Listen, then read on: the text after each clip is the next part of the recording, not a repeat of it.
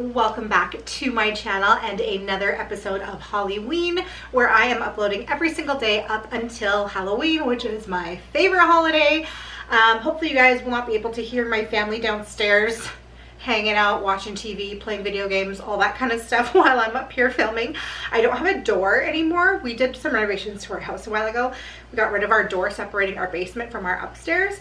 And so now it's just like you can hear everything that goes on down there. But anyways, you guys don't care about that. You are here for the book recommendations. Today we're going to be talking about 5 different books that I absolutely loved that you most likely have not heard of. So these are all going to be different genres. I've got some thrillers in here, some mysteries. I've got some YA, some adults. What else? A little bit of everything in here, so not one specific genre, but these are all sort of spooky reads that are good for the Halloween season, and these are all under 5,000 reads on Goodreads. Most of them, to be honest with you, I think are around 1,000. Some are even less than that, so the chances of you guys not having heard of these books are fairly high.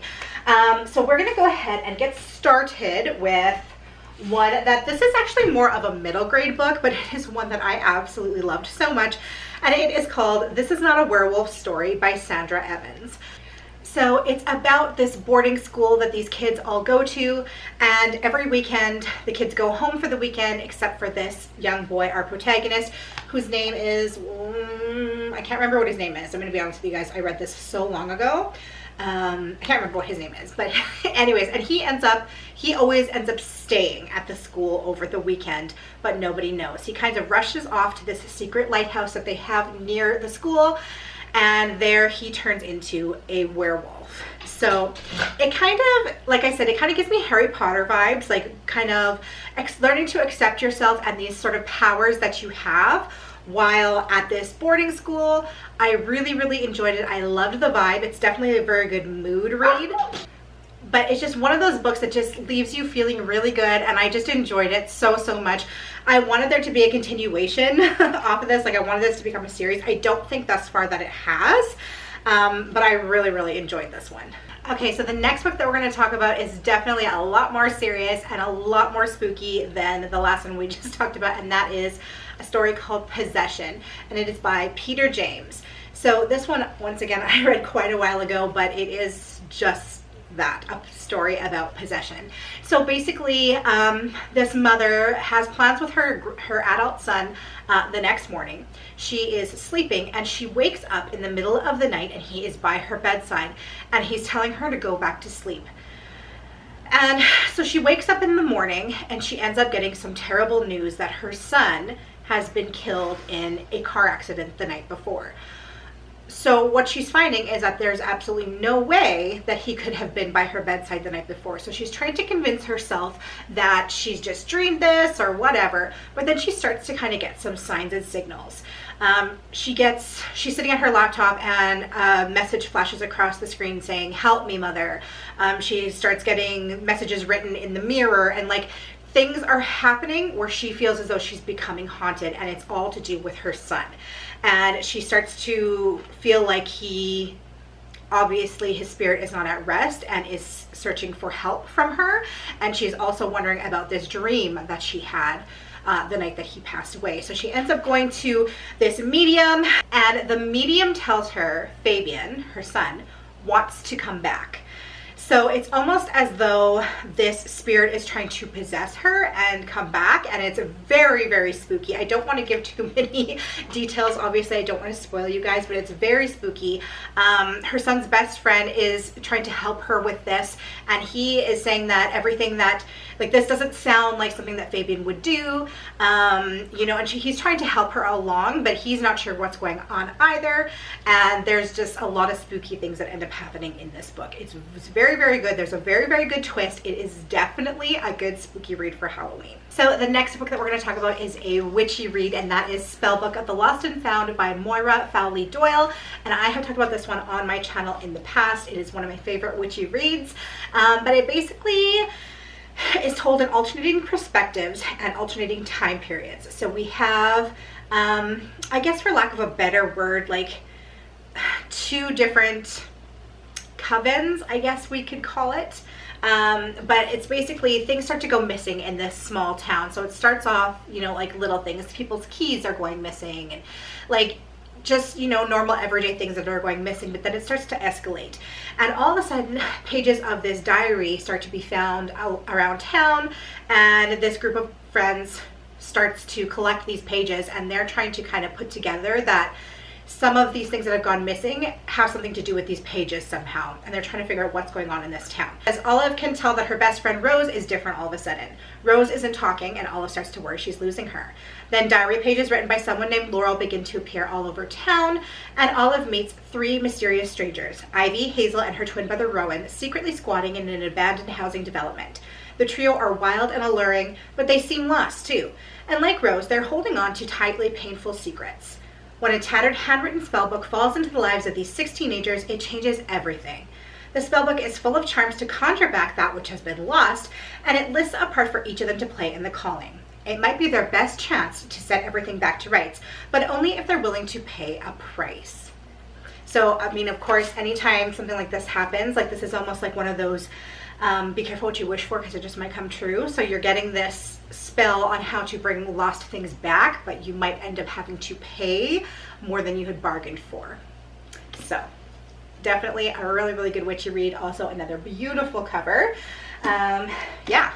Okay, so the next book that we're going to talk about is one that I listened to on audiobook. So this is a really cool story, and it's something different than a lot of things that I've read before.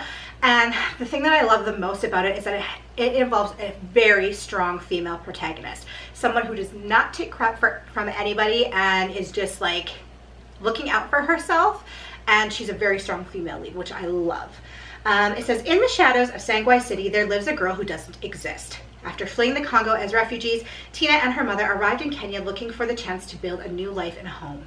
Her mother quickly found work as a maid for a prominent family headed by Roland Grayhill, one of the city's most respected business leaders.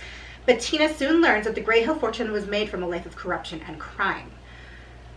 So when her mother is found shot to death in Mr. Grayhill's personal study, she knows exactly who's behind it.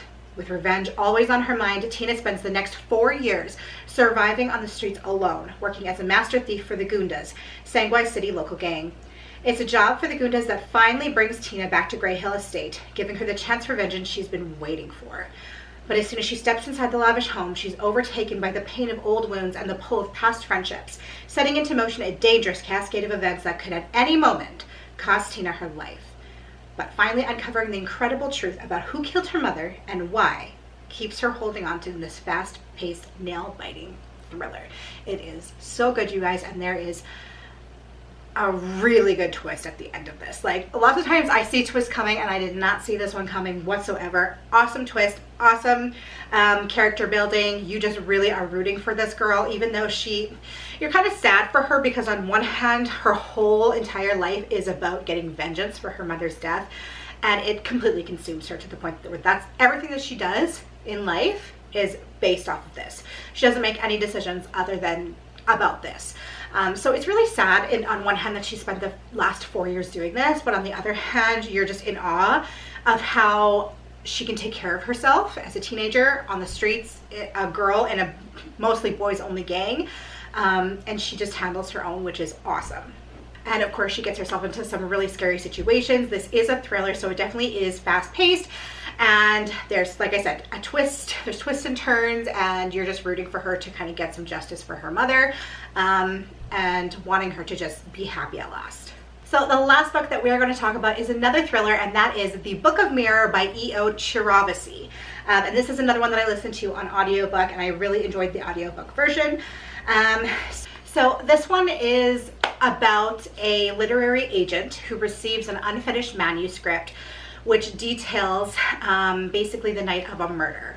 So there is a relatively famous murder that has happened years and years ago in the 80s, and this is a manuscript by someone who knows what has happened, but it is, like I said, unfinished. But of course, like I said, this manuscript is unfinished, so he's trying to figure out what happened. He's trying to find the rest of the book. So he is going to this author's home. The author, I believe the author is deceased. like I said, I read this one so long ago. I believe the author is deceased. And so he is trying to, you know, this literary agent is trying to find the rest of these pages to this memoir because he wants to know what happened. And he feels like he can help, if he publishes this book, he can help solve this cold case. So he kind of is trying to do some investigation of his own. And of course, as he's turning things up and, you know, kind of disturbing things, it starts putting himself in danger because he is turning over some rocks that want to stay turned. So obviously this is going to be something very dangerous for him. He is trying to solve this murder, trying to find these pages. There's a reason that these pages are missing from this memoir, and the closer that he gets to figuring out the truth, the more danger that he puts himself in. All right, you guys, so those are 5 spooky books that I absolutely loved that I am positive that you have not heard of. Make sure you let me know in the comments down below if you have heard of them before or not, and if you plan on putting any of them on your TBR. Anyways, I hope you guys are having an awesome day. I will see you back here for another episode of Halloween coming up soon, coming up tomorrow, and I hope you're having an awesome day, and I'll see you in my next video. Bye!